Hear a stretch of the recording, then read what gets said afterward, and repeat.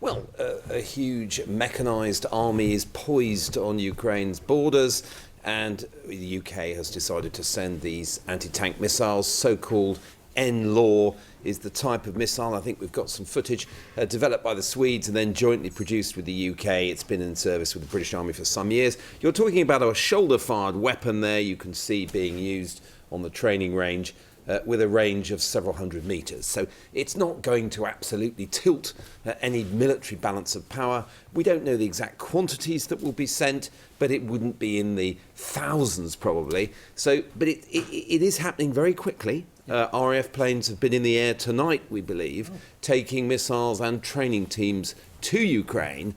And it's symbolically, I think, very important. Is it symbolic more substantive? More symbolic, would you say? Well, of course, you can knock tanks out with them, but if you believe Russia, which says it's not about to invade, I think the importance is political. And I think the Ukrainians are very grateful to have it, because at this moment, interesting that you picked out that quote from the European diplomat in the intro there are big concerns, I think, in Ukraine about the EU's attitude to Russia, and is it wobbling? Those planes that flew the British teams to Ukraine this evening avoided German and Dutch airspace. A lot of speculation in Germany tonight that the German government wouldn't let the UK fly this help to the Ukrainians. Now that's pretty extraordinary, really, in a NATO context. And what we also know is that the Germans are sucking their teeth about the real big bazooka, taking Russia out of the SWIFT banking transfer system, which is the threat that the Americans gave to the Russians some weeks ago. If you invade Ukraine, we will use this mega banking sanction against you. Now, apparently, that's unravelling at the European level too. So it is the case that Ukraine is very grateful for this gesture of support by the UK.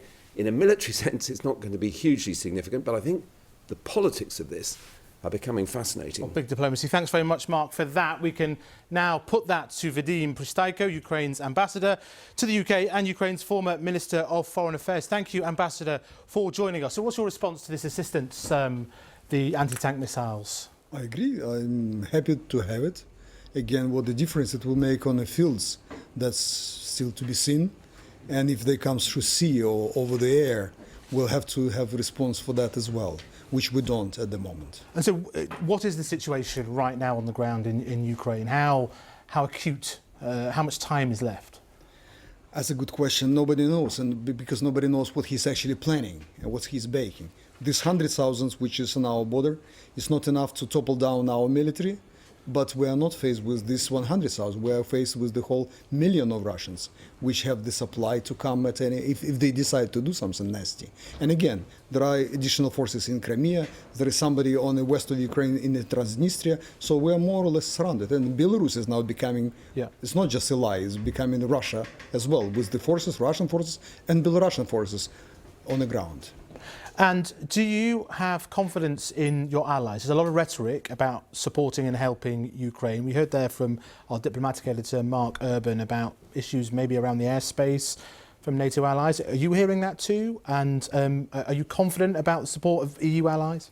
You see, I like the word you use, allies. My biggest problem is that we are not one of the allies. We are not member of NATO. This is the biggest problem we face right now, because people are saying, even here, that guys, unfortunately, you are not in NATO. You can expect us seriously that will come to help you with the boots on the ground.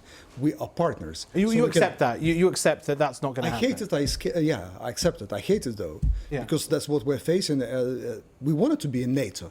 It's not us who didn't allow us to get this membership. So now we're not a part of the family, and we are facing the biggest army in Europe by ourselves, with assistance, with some additional rockets and some additional training, but still. We're so inequality here in the forces, in the number of troops and rockets, planes, helicopters, everything. And so, do you think Russia's mind can be changed by, extreme economic sanctions, the taking away of the SWIFT banking arrangements, for example, that focus minds in Moscow? There is a joke that in Russian Federation, TV is still winning the refrigerator. So people don't care that much about well-being because they've been so much indoctrinated by TV. So this is still works for them. And Putin is not so much caring of his own people. Even those soldiers he've been sending to our borders and been killing us and been killed by us. So we are not sure that this message, which has been sent by United West, is strong enough for him to step down. So there was a cyber attack at the weekend. There are other, the troops are massing as you've described. What do you fear could happen in the next days? What we're observing, this is massive cyber attack. Our foreign affairs site, even my embassy site, is down. We can still get it, and there are some additional things like helicopters being moved closer to Ukraine. And when you know that attack helicopters are moving, this means for military people that this is getting very serious and very real. And so, what message do the Ukrainian people want to send to the people of the West and onwards to Russia? Our message is very simple. We don't want to fight, we don't want to die, but we will do it. That's the short message we have. If you're not sure that you're helping somebody who can actually take care of their own destiny, the Ukrainians can. Is there room for a negotiated settlement here? Surely there is some room for compromise, but again, there is a big challenge we face right now in Ukrainians. We sometimes feel that behind our backs, the West is trying to reach the big deal, so-called, with Russians. If it is too much for us, we unfortunately won't be able to support it. Well, and that's possibly because of the gas supplies. So, wrapped into this is the Nord Stream pipeline and the relationship. I believe gas supply is important, but at the same time, Putin is what he's doing. He's just threatening you, threatening the West. So you think he's leveraging the gas price, the energy crisis that we see right now? Gas price is very important because not for you, not for UK. You only have 2% of Russian gas in your pipeline. The price is set by what happens in the tension Germany, with Russia. for example, they always have 60% of the gas. Yeah. So this is a serious problem. But again, it's not even just the gas. The problem, the war. The looming sort of image of third war. That's a big problem. Okay, well, Ambassador, we must leave that there. Thank you for coming in. We do really appreciate that. A very tense time for your country. I appreciate that.